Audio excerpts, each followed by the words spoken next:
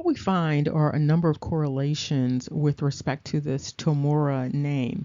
And so we're going to break this down. And this, of course, is very interesting because of this notation of this Shane coming out of Granada Hills, and Granada, of course, being associated with the Moors. And so when deconstructing this MOOR, this Tomora in scripture, what we come away with is this construct of change. And so this Tomora, this MOOR, MOOR meaning exchange or substitution. Now, this is important for a number of reasons historically, because there are a number of dynamics associated with MOOR that are concealed dynamics and that are also related to these dynamics of exchange, mixing, and substituting.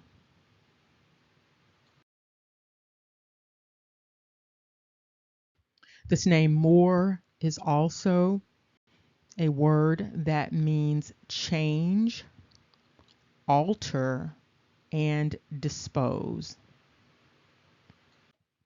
MOOR also means to move and remove.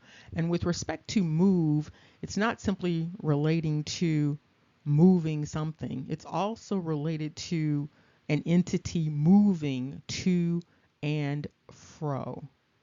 And so, with respect to this moving to and fro, this relates to a number of other dynamics that we're going to address. And also, this idea of removing. And so, with respect to Moorish history, we see these repeated narratives related to people being removed. And so you hear about these removal dynamics, removing of the indigenous people, removing of the people in the Scottish Highlands. And so there are a number of removal dynamics, removing the leadership that was in Spain before it was invaded. And so there's a lot of moving and shaking going on with respect to this MOOR construct. Notably, the name MOOR is associated with import and export. And of course, that goes along with moving. And so, of course, MOOR, this construct of MOOR, is not just associated with moving and removing things, but also people. And so that's a part of the Moorish history, is removing people. And of course, that's tied to traffic. And so there is a long history of the construct of MOOR, the people known as MOOR, and trafficking human beings and trade. The name MOOR is also another word for commerce and market. Now, this is interesting not only in the Old Testament, but this is interesting in the New Testament, because in the book of Revelation, that special book, there is a reference to not being able to do things, commerce, not being able to market if one has not participated in a particular practice. And so this name or this word, this construct, comes up in a number of ways in scripture. And so this name MOOR is commerce and market. And another way of understanding this idea of change and exchange is to convert. And so the name MOOR means convert, converter. This is interesting for a number of reasons. First of all, the entities known as Moors are associated with a couple of conversion dynamics. One conversion dynamic is related to them being converted. Okay?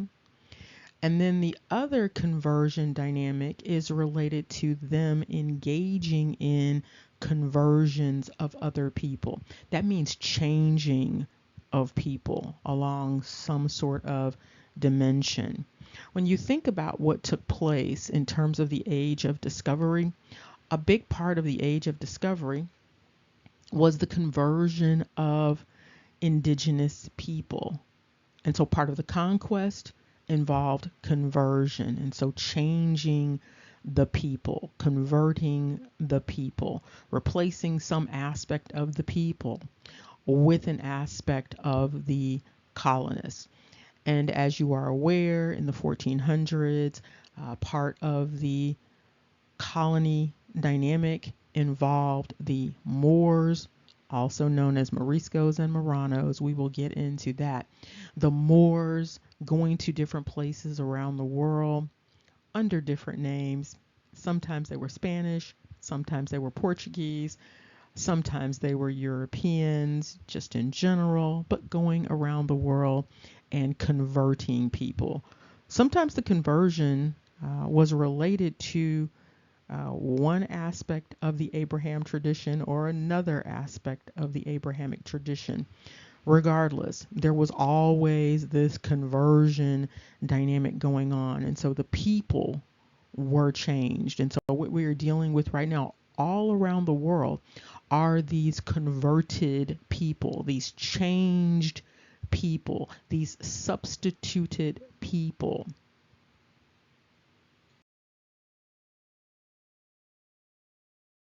And finally, what is noteworthy about this whole idea of MOOR being associated with trafficking and commerce, or that being the word for traffic and commerce, is that this name MOOR is associated with the name Cain, because Cain and Canaan or Canaan essentially mean the same thing. And so MOOR means commerce and traffic, market.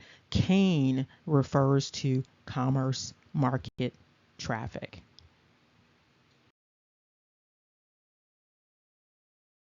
And increasingly, we are seeing that there is a strong relationship between Moor and Moorish and Hebrew, or Shem, or Set, or Seth. And so when we look at Strong's 8545, we see Tamora. And Tamora means exchange, substitution. Again, you see this feminine noun. It's related to the idea of change and exchange, but also recompense and restitution. And you can also see this word coming out of this idea of trading and bartering. And here you can see that MOOR presentation, that MUWR, again referring to barter, compensation, exchange.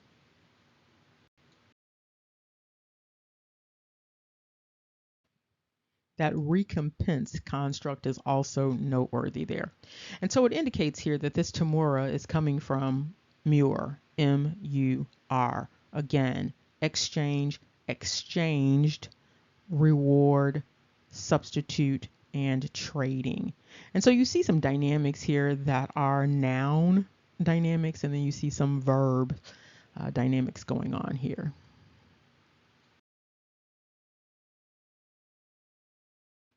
And here we see some references to the book of Ruth and also the book of Job and Leviticus. What we see here is, again, this idea of MOOR referring to wealth acquired by exchange. This idea of wealth and worldliness. Now, as you are already aware, this idea of exchange and substitution, these constructs are inherent to the name Set, okay? And so Set is about appointment, substitution, replacement. So that goes along with this whole MOOR name.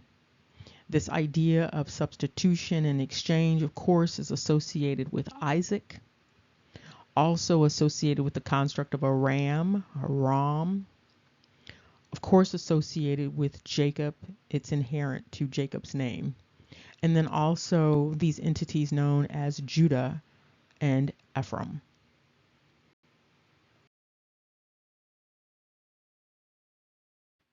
Now we go to the origin at 4171 in the Hebrew.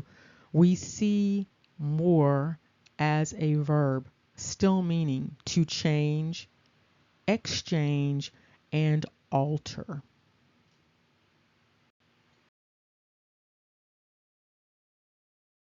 Continuing on, we see that MOOR again means to exchange and remove, to alter, barter, dispose of, change and remove again.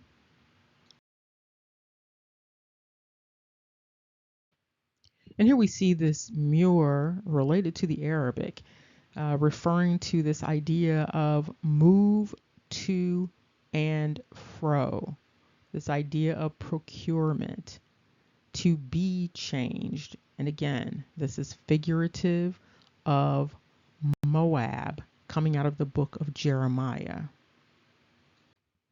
Now, what's also noteworthy about this construct of MOOR as a noun is that this noun is associated with moving and trafficking. But Moab is also in scripture associated with being enslaved and being trafficked. And so you have this construct that relates to trafficking, but it's not simply about the entity engaged in trafficking as a verb, but the entity being understood as trafficked. As an aside, related to this whole idea of moving to and fro, it has been noted that in terms of problems throughout the world, if you trace most of the world's problems to a cause, you will find that many conflicts and many problems in terms of human relations are related to boundary problems. And so we're not just talking about global problems, we're even talking about on the interpersonal level. And so many people have problems with boundaries. They don't respect their own boundaries. They don't understand where they begin and they end and where other people begin and end. And so therefore they don't have a regard for that type of thing. And this causes all sorts of problems. You see these problems even in infancy. You see these problems in childhood. You see these problems in families, friendships, work relationships, romantic relationships, communities. There are these problems with people respecting or even acknowledging boundaries, sort of the sovereignty of individuals. So there's a big problem with that. And so when you're talking about people moving to and fro, where are they moving to and fro from and to? And is there a dynamic of encroaching on others with this moving to and fro? Now, of course, generally speaking, people should be free to move around as they desire. However, some of this moving to and fro that we see historically involves moving into spaces of other people without any real good reason, because there are, generally speaking, other spaces that are available. But moving into spaces where there are other people encroaching on the other people, are seeking to take something from the people or change something about the people, there is an incessant dynamic with this. That's what colonialism is all about. That's what imperialism is all about. It's about taking things that don't belong to self.